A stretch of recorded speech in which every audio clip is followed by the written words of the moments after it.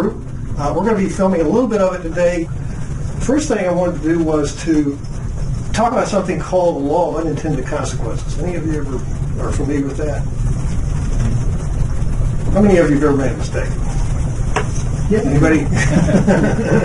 And are you counting them? How many of you, once you made that mistake, said, I'm never going to make that mistake again? I know I did. And how many of you made the same mistake again? What that falls right into is the law of unintended consequences, simply because we intend good things. We intend to do things in our life. We intend to make things work. We intend to make things happen. We intend to make a lot of money. We tend to be happy. We tend to have relationships work, be healthy, lose weight, whatever it is we're trying to do. And what happens is that doesn't happen. In other words, we get caught up in the idea that we're trying to make things happen, and suddenly things don't happen. And so that's the law of unintended consequences.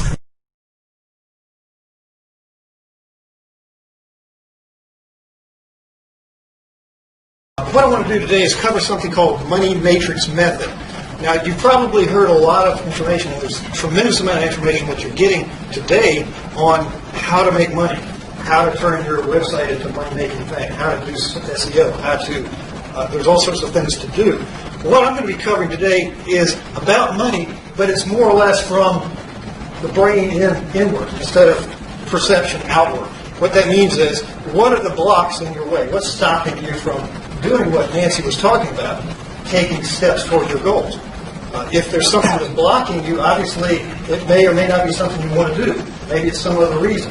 Half of the things we do during our day, we simply don't know what's going on. I'm going to cover a little bit about what are the mechanisms that underlie some of these decisions that we have going on inside subconsciously that keep us from maximizing our potential, keep us from making money.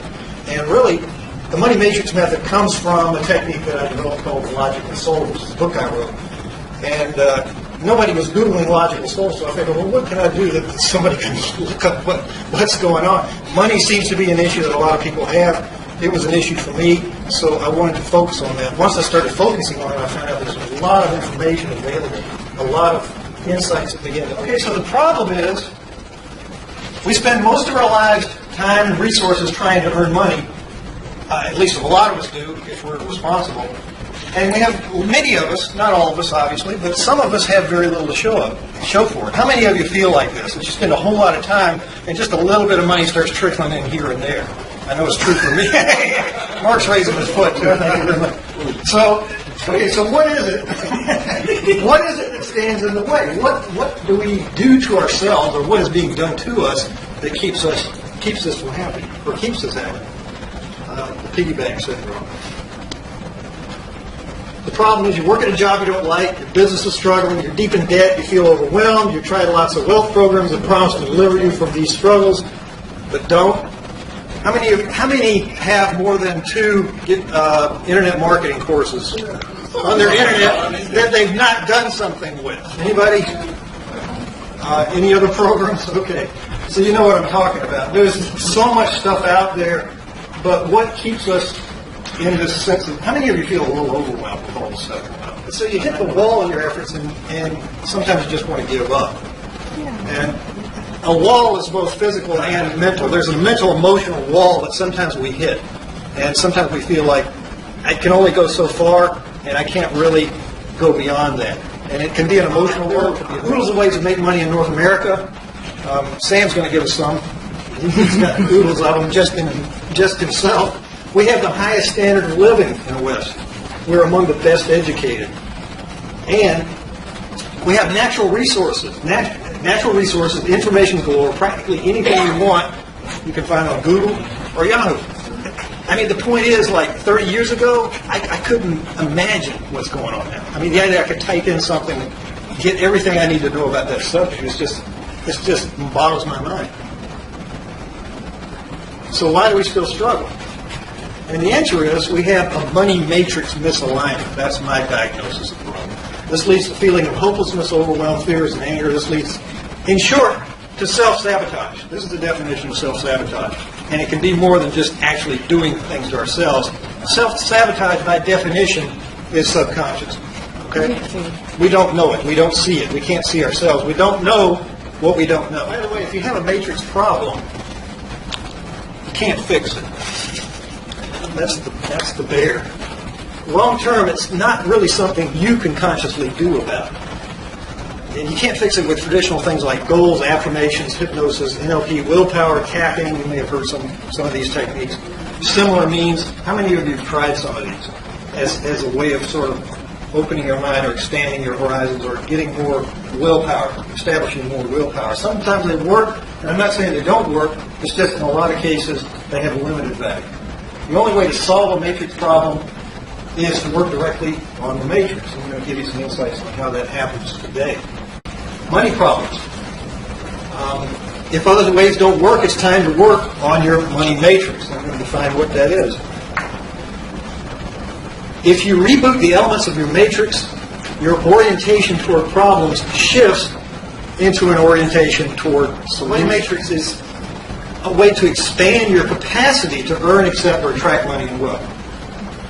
This matrix is also the entire field of awareness of hidden decisions that make up your reality about money, wealth, and success.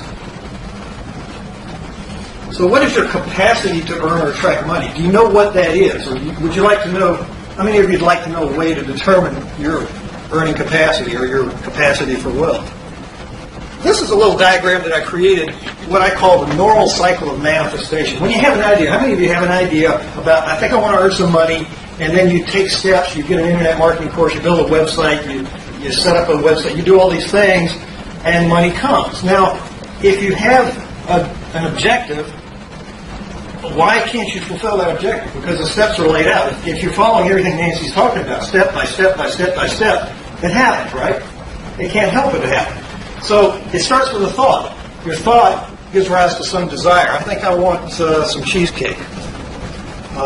Desire leads to intent. I think I'm going to the store to get some cheesecake. Intent leads to action. You actually walking out the door, get in the car, go to the store. Results means you put down your money, you get the cheesecake. Fulfillment means you sit there and you taste it, and it goes in your mouth, and you're just like, it's the best thing I ever had.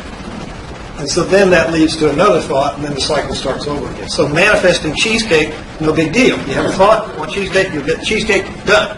When we get a little bit more complex in our desires, that's when things start breaking down. We start having a lot of these little inner subcurrent, what are called eddy currents going on, little counter currents happening. And that's when we get into what I call the error cycle of manifestation. Now what happens with an error cycle is that you have a thought. And you have a thought, but there's something else going on. There's a hidden desire. There's a hidden decision that relates to that thought. Say, you have a thought, I think cheesecake would be good. Just the thought pops in your head, cheesecake. And you have a desire, I think I really want that cheesecake. But the hidden decision is, eating sweets is bad, because then I get fat and then I feel bad, and whatever thing. So you've got a hidden decision that something is going on that's going to lead to negativity. If we put that in terms of money, I think I want more money. Well, I think I really want more money. Desire pops up. But then you have a hidden decision that maybe comes from your Bible-thumping grandmother that says, money is the root of all evil. And you don't know where that came from. You didn't even know you had it, but it's there. It's hidden. Suddenly you have a mixed intent, which means that you may want the cheesecake or the money or whatever, but because money is the root of all evil and you want to please your grandmother, you don't want to go there. And so you may take action on getting some money, but at the same time you're putting on the brakes.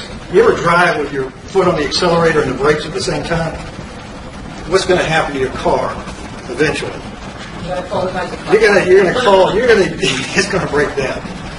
So with that, you take action, but you have a hidden agenda. I want to make money, but because it's the root of all evil, I can't really make money. I just look like I'm trying to make money. Then what happens? You either sabotage your ability to make money or you stop it altogether. You just don't get that far. And that leads to unfulfillment. You just don't have the money. Or you get the money and then you feel terrible about life and you sabotage it some other way. Is everybody starting to catch on how this works a little bit? And so the common remedies for these things are affirmations, visualization, NLP, hypnosis, support groups, or the old city the old river that we call denial. So as a young boy, I believed in the Santa Claus theory of reality, which looks something like this. This is where denial comes from.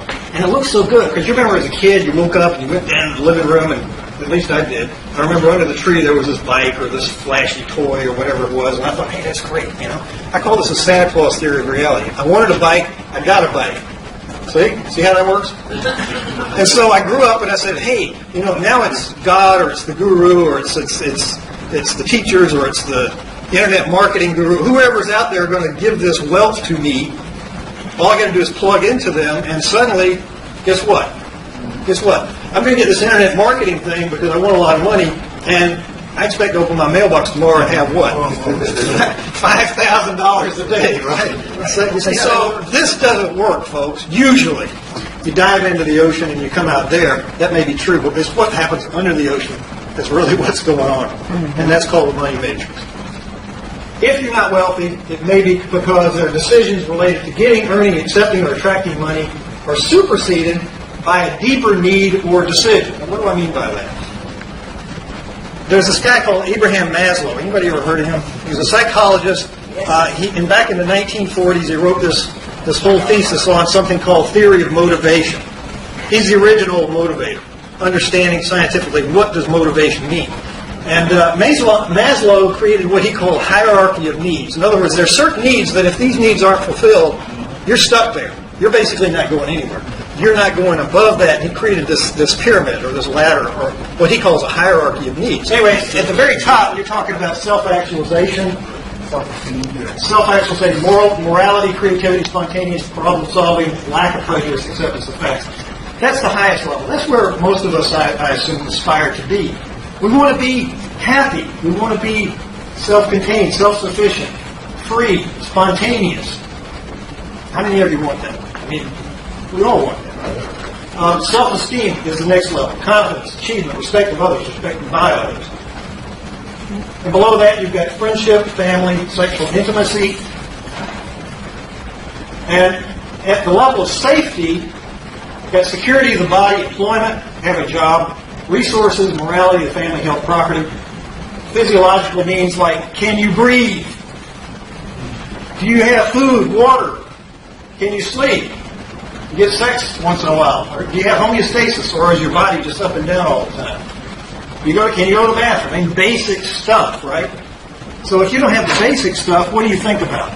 Somebody comes up and says, well, I got this free seminar, $500,000 worth seminar on how to make $1 million in 6 months. And I'll give it to you. How many of you would like to do that? Most of us would maybe want to do that. And they'll coach you through the whole thing. They've got thousands of dollars worth of coaching, and they'll coach you through the whole thing, guide your hand, everything. Or you can have a glass of water.